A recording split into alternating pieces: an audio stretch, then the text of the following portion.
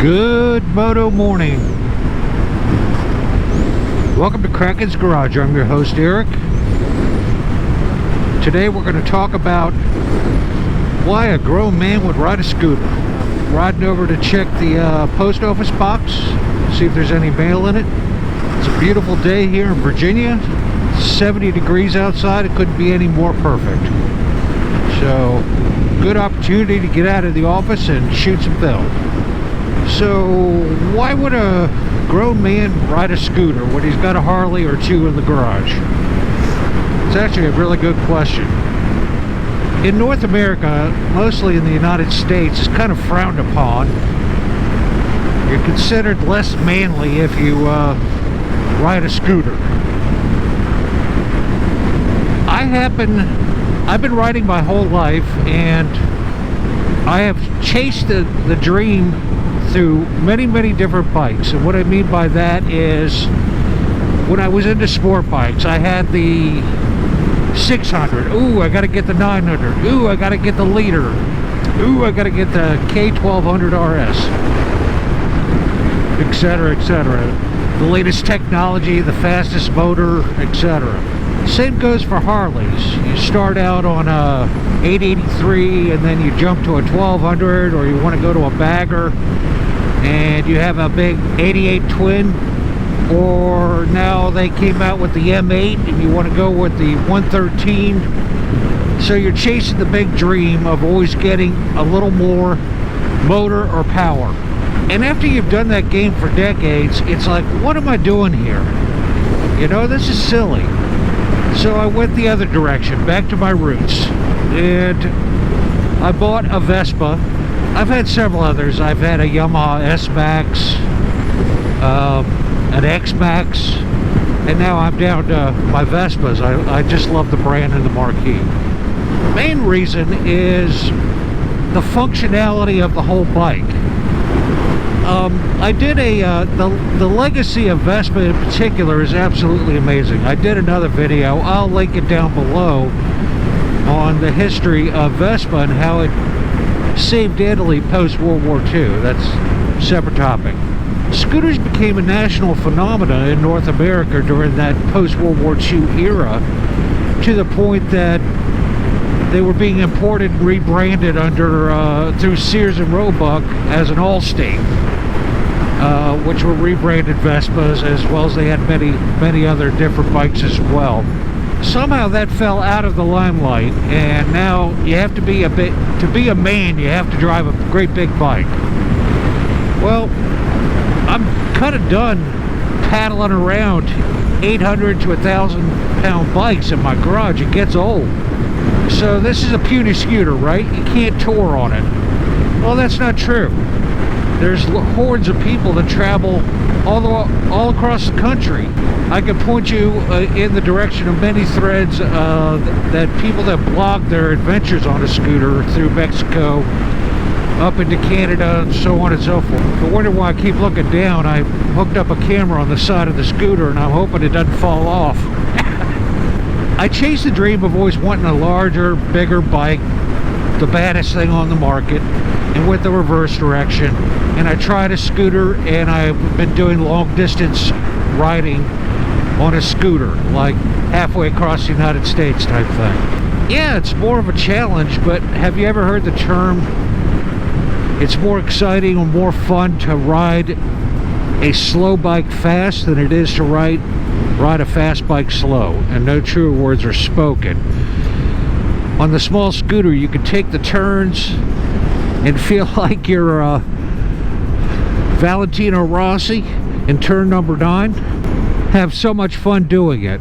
You have complete storage underneath the seat. I can go grocery shopping and stick a half a dozen of the plastic bags underneath the seat. On the front, underneath I'll throw a picture up. On the front is a hook in between my legs where you can hook bags and just keep it between your legs to carry more stuff or groceries and that kind of. They're absolutely amazing. I get 60 to 70 miles per gallon. This one probably gets 50 to 60 in that range. and it does an amazing job. This bike tops out at 81 miles per hour. We're going to make some slight modifications to it so it will top out a little faster. We will get to that. Let me run in the post office here real quick.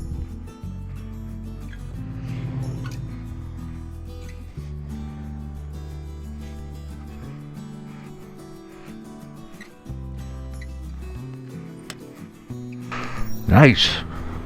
I think these are some stickers from Missy's Moto.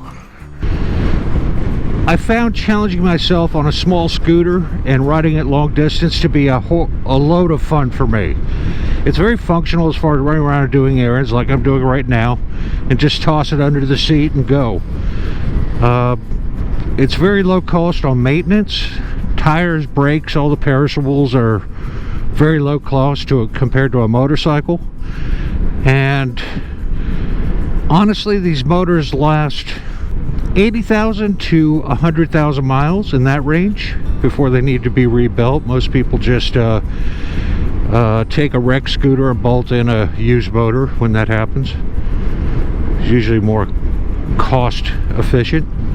You have the leg shield in the front, the barn door as my stepmother calls it, but and you have storage down here for a glove box. I wouldn't keep anything too perishable in there. I have a USB port in there where I could charge my phone. The instrumentation, this one's a bit technically advanced. That's a video for another day, but it's very nostalgic. They're very true to their form as far as Vespa goes, and as people know, I'm a history buff, so this particular bike or brand sticks to its roots. It really does. So at 6'4", 210 pounds, this bike handles and carries me just fine. It is whisper quiet. It is super fuel efficient. It's cheap to run. It's a load of fun to ride. If people could just get over their initial impression of I'm not a man if I ride a scooter, I'm telling you, 9 out of 10 riders, when I get in the twisties, I'll leave you in the dust on this bike right here. It's not the bike, it's the rider who can really send it into turns and perform absolutely amazing things on two wheels. My friends and Downey Thomases that come by, I always invite them to take a ride on one of mine, and several of them, their takeaway from that was like, holy cow, that was fun. And you would think not shifting would not be half of the fun. Well, it's just a twist and go. I mean, it's a CVT transmission, and the early first Vespas that came out did have a manual transmission, and you pulled in the clutch and then you rotated the entire grip to switch gears. Kind of cool. Those were the two-stroke days. But the CVTs are very efficient and very easy to maintain. I can't highly recommend that you need to try a scooter. Yamaha makes one called the X-Max. That bike does 85, 90 miles an hour. It gets 70 miles per gallon. And on that, I believe it's 300 cc. It has more storage and is just the absolute perfect combination for somebody who likes to ride fast. That bike hauls butt. Give one a try. You might find yourself, you'll have a whole different fun level of riding that you've never experienced before. Or you'll think I'm a crackpot. One or the other. You won't be the first or last person. Every time I take one of my trips on a scooter, everybody's like, have you lost your mind? And I'm like, probably so. Probably so. But I've had a hell of a lot of good adventures on my scooters, and quite frankly, I enjoy the ease of use and the low cost to keep and own, low cost of sales price, and Vespas in particular really retain their value quite well, I think. I'm going to try and plan some meetups for anybody in my area to do some group rides, and we'll see how that goes. I don't know. I'm in the sticks, so there's probably not a whole lot. We'll probably try to set one of those up this spring and see how it goes and see if there's any interest. But if you go riding with me, you got to try one of my scooters. I think you'll be absolutely amazed at the fun you can have on it. And you know what? Your spouse may want to throw a leg over it and give it a try, because it's not so bloody intimidating. So it's another way to look at it.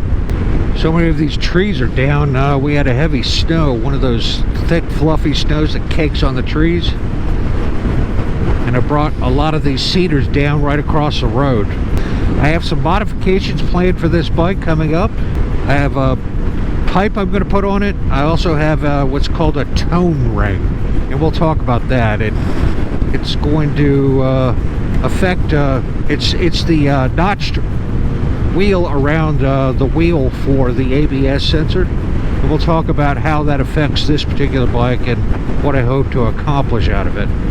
And then of course we'll verify it and, with a GPS and substantiate the claims that I'm going to make on it. So let me know down in the comments your thoughts, your honest to God thoughts. Would you ride a scooter? Would you be seen in public on a scooter? What is your perception of a grown man riding a scooter? Good, bad, or indifferent? And it's alright if you hate him, you hate him. Nothing wrong with that. That's why we have different flavors. I like chocolate, you like vanilla. She likes strawberry. Whatever. What a boring place the world would be if we all had the same perspective on everything. Well, I think that's going to wrap this video up. That's just my quick thoughts on why Kraken rides a scooter and the joy it brings to my life. If you like this video, give it a thumbs up. If you didn't like it, give it a thumbs down. If you want to see more in the future, hit that subscribe button right down there in the corner. And remember, folks, go riding because it's good for you. And I'll see you in the next one. Peace.